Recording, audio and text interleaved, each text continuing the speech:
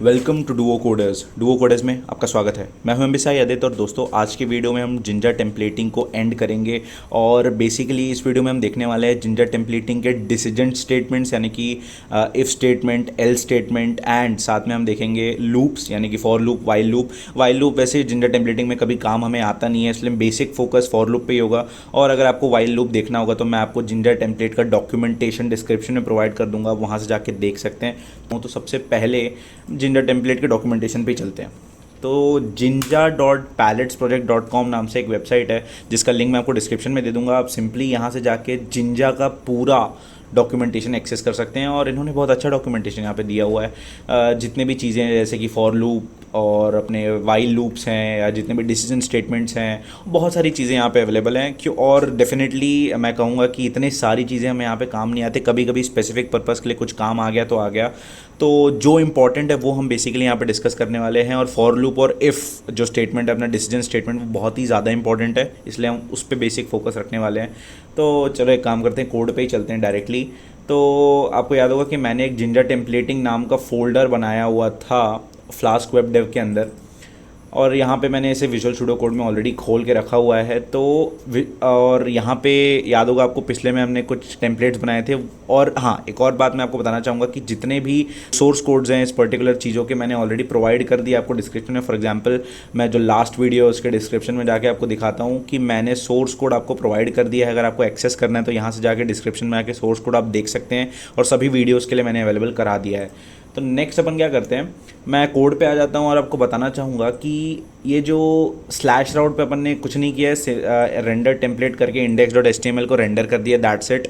Next हम जो करने वाले काम वो है, सबसे पहले इफ़ स्टेटमेंट अपन आते हैं, डिसीजन स्टेटमेंट देखते हैं। If, else and else if जो चीज़ें हैं जैसे जो अपन पाइथन में लिखते हैं। पाइथन में आपको पता होगा कि हम तीन चीज़ें लिखते हैं। इफ़ स्टेटमेंट अपने को होता है, एलिफ होता है और एक एल स्टेटमेंट होता है। यही तीन चीज़ें एग्जैक्टली सेम जिंजा में भी एग्जिस्ट करते हैं। तो हम इसे जिंजा में कैसे परफॉर्म करते हैं वो देखता हूँ। तो एक और चीज़ मैं आपको यहाँ पे बताना चाहूँगा, क्योंकि हमने अभी फायरबेस से कनेक्शन यानी कोई भी डेटाबेस से कनेक्शन नहीं देखा है, और साथ में हमने ये भी नहीं देखा है कि फॉर्म से हम कैसे डेटा को एक्सट्रैक्ट कर सकते हैं किसी भी गेट या पोस्ट रिक्वेस्ट में। डेफिनेटली अगर आपको टेक्निकल लग रहा होगा ये सब चीज़ तो आप बिल्कुल भी टेंशन ना ले, आगे जाकर डेफिनेटली क्लियर होगा। तो अभी मैं क्या करता हूँ, केवल वेरिएबल्स के साथ में ही आपको छेड़छाड़ करके दिखा देता हूँ, बाकी चीज़ें हम बाद में करेंगे। अभी क्या करता हूँ ना, मैं ये जो रेंडर टेम्पलेट में क्या किया मैंने, index.html बनाया है। मैं यहाँ पे एक कोड बना देता हूँ, res_code। इसको रिस्पॉन्स कोड बोल रहा हूँ मैं, और रिस्पॉन्स कोड का वैल्यू रख देता हूँ लेट अस से 450। और ये रिस्पॉन्स कोड मैं अपने टेम्पलेट के अंदर पास कर दे रहा हूँ, यानी कि मैं अपने टेम्पलेट को रिस्पॉन्स कोड दे रहा हूँ।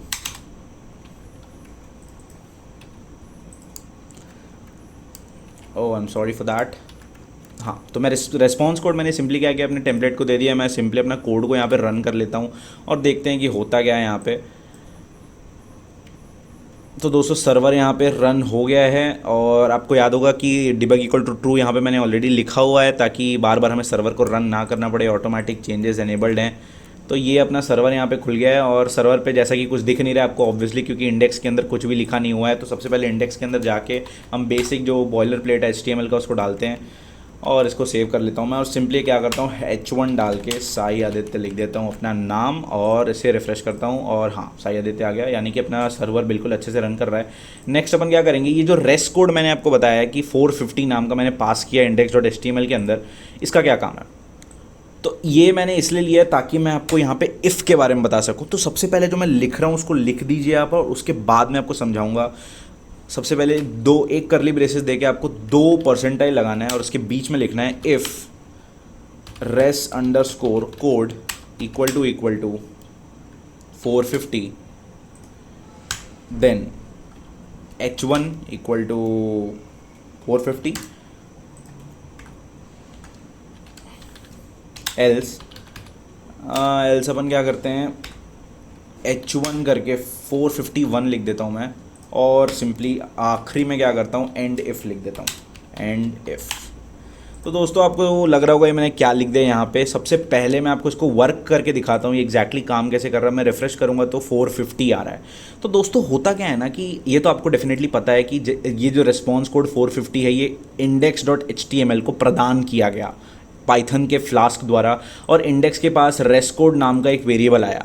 तो मैंने यहाँ पे सिंपली लिखा है कि इफ़ ये जो चीज़ है, ये double parenthesis, not double parenthesis, single parenthesis, और ये जो परसेंटाइल का सिंबल है, ये हमें किसी भी जिंजा टेम्पलेटिंग के स्टेटमेंट के पहले लगाना पड़ता है। यानी कि ये तो आप फैमिलियर है इस चीज़ से कि if rest code equal to 450, इसका मीनिंग आपको पता है ऑलरेडी पाइथन से कि अगर रेस्ट कोड की वैल्यू 50 है तो। लेकिन ये जो चीज़ है ये आपको हर स्टेटमेंट के पहले लगाना पड़ता है। जैसे कि आप देख रहे हैं मैंने हर स्टेटमेंट के आगे इसे लगाया, क्योंकि ये जिंजा टेम्पलेटिंग का सिंटैक्स है, उसे फॉलो करना हमारी नेसेसिटी है, करना ही पड़ेगा। नेक्स्ट एक जो एक्स्ट्रा चीज़ होती है डिसीजन स्टेटमेंट्स पे यहाँ पे, कि हमें इफ़ एल्स अगर अपन लिखते हैं तो उसे एंड भी करना होता है। यानी कि अपन जब फॉर लूप लिखते हैं पाइथन में तो उसको एंड नहीं करना होता, इफ़ और एल्स लिखते हैं तो उसे एंड नहीं करना होता, लेकिन यहाँ पे इसे एंड करना पड़ता है। यानी कि मैं इफ़ लिखा, एल्स लिखा और एंड इफ़ लिखा मैंने, तो अब क्या हो रहा है कि रेस्ट कोड नाम का 450 वेरिएबल जो है 450 ये यहाँ पे आ रहा है, और मैं चेक कर रहा हूँ कि हाँ भाई अगर रेस्ट कोड की वैल्यू 450 है तो मैं एक H1 टैग रेंडर कर रहा हूँ, यानी कि हेडिंग 1 टैग रेंडर कर रहा हूँ 450 नाम से, और अगर रेस्ट कोड जो है वो 450 नहीं है तो 451 रेंडर कर रहा हूँ। तो मैं एक काम करता हूँ, यहाँ पर रेस्ट कोड की वैल्यू आके बदल के 0 कर देता हूँ और सेव कर लेता हूँ। सर्वर ऑटोमेटिक रीरन हो गया है। अब क्या हुआ, रेस्ट कोड की वैल्यू मैंने 0 रखी तो टेम्पलेट के पास 0 आया। तो अगर रेस्ट कोड 450 है तभी 450 प्रिंट होगा, और रेस्ट कोड अगर 450 नहीं है तो 451 प्रिंट होगा। तो मैं यहाँ पे सिंपली रिफ्रेश करता हूँ, देख रहे हैं 451 आ रहा है। तो ये था बेसिक चीज़, बहुत ही बेसिक चीज़ है दोस्तों, कोई ज़्यादा टेक्निकलिटीज़ है ही नहीं। इफ़ एल्स जो अपन नॉर्मल लगाते हैं, और मान लो अपने को एक और कंडीशन बीच में डालना है, जैसे कि पाइथन में आपको पता है कि एलिफ होता है, सेम यहाँ पे भी होता है। अपने को बस ध्यान ये रखना है कि ये पैरेंथेसिस और ये 2 परसेंटाइल सिंबल लेके ही काम करना है। इफ़ मैं यहाँ पे एलिफ लिख देता हूँ, sorry elif, I am sorry for this, elif res underscore code equal to 451। अगर ऐसा होता है तो क्या करो तुम, 451 प्रिंट करो, और बाकी जगहों पर सॉरी 451 ही कर लेते हैं अपन, और जब भी एल्स कुछ भी हो तो 452 प्रिंट करो। तो मैं इसको सेव कर दिया मैंने। तो अब क्या करेंगे ना अपन, यहाँ पे आके मैं रिफ्रेश करूँगा तो 452 आएगा, क्योंकि मैंने 0 लिखा हुआ था रेस्ट कोड बैकएंड में।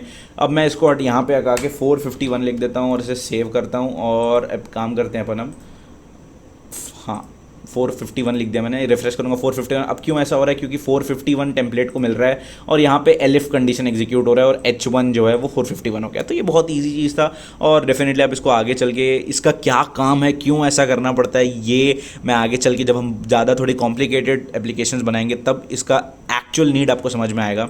नेक्स्ट अपन क्या करता हूँ, मैं ये सब हटा देता हूँ और फॉर लूप की तरफ चलते हैं।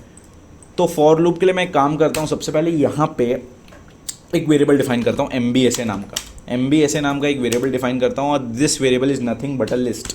लिस्ट में मैं क्या करता हूँ ना, 1 लिखता हूँ, एकदम बेसिक चीज़ें लिख रहा हूँ मैं। यहाँ पे 2 लिख दिया मैंने, और एक 3 लिख देता हूँ, यानी कुछ नहीं, मैं सिंपली नंबर्स यहाँ पे लिख दे रहा हूँ। और डेफिनेटली नंबर्स के केस में वर्क कर रहा है, या किसी भी एग्जाम्पल के लिए वर्क कर रहा है, तो हर चीज़ के लिए वर्क करेगा ही करेगा।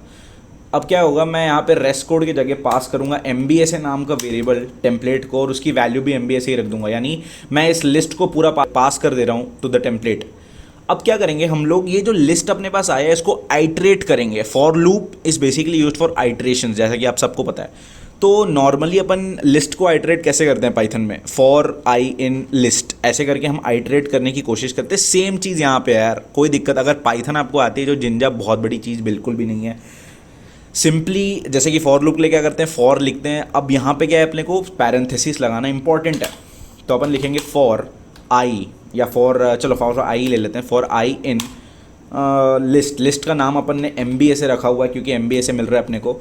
और यहाँ पे क्या करेंगे अपन, एक H1 टैग लेता हूँ मैं, H1 टैग, और H1 टैग की वैल्यू को मैं I रख देता हूँ। अब एक चीज़ मैं आपको बताना चाहूँगा कि जो I ऊपर इस ब्लॉक के अंदर है, वो आप सिंपली यहाँ पे ऐसे I लिखोगे तो I प्रिंट नहीं होगा। मैं आपको इसको करके भी दिखा देता हूँ। और एक चीज़ बताना चाहूँगा कि फॉर अगर चालू हुआ तो फॉर एंड भी होगा, क्योंकि यहाँ पे जितने टैग्स चालू होते हैं जिंजा में वो ख़त्म भी होते हैं, एंड फॉर आपको लिखना पड़ेगा। और मैं इसको सेव कर देता हूँ, मैं यहाँ पे क्या करता हूँ ना, रिफ्रेश कर देता हूँ, तो देख रहे आई आ जा रहा है।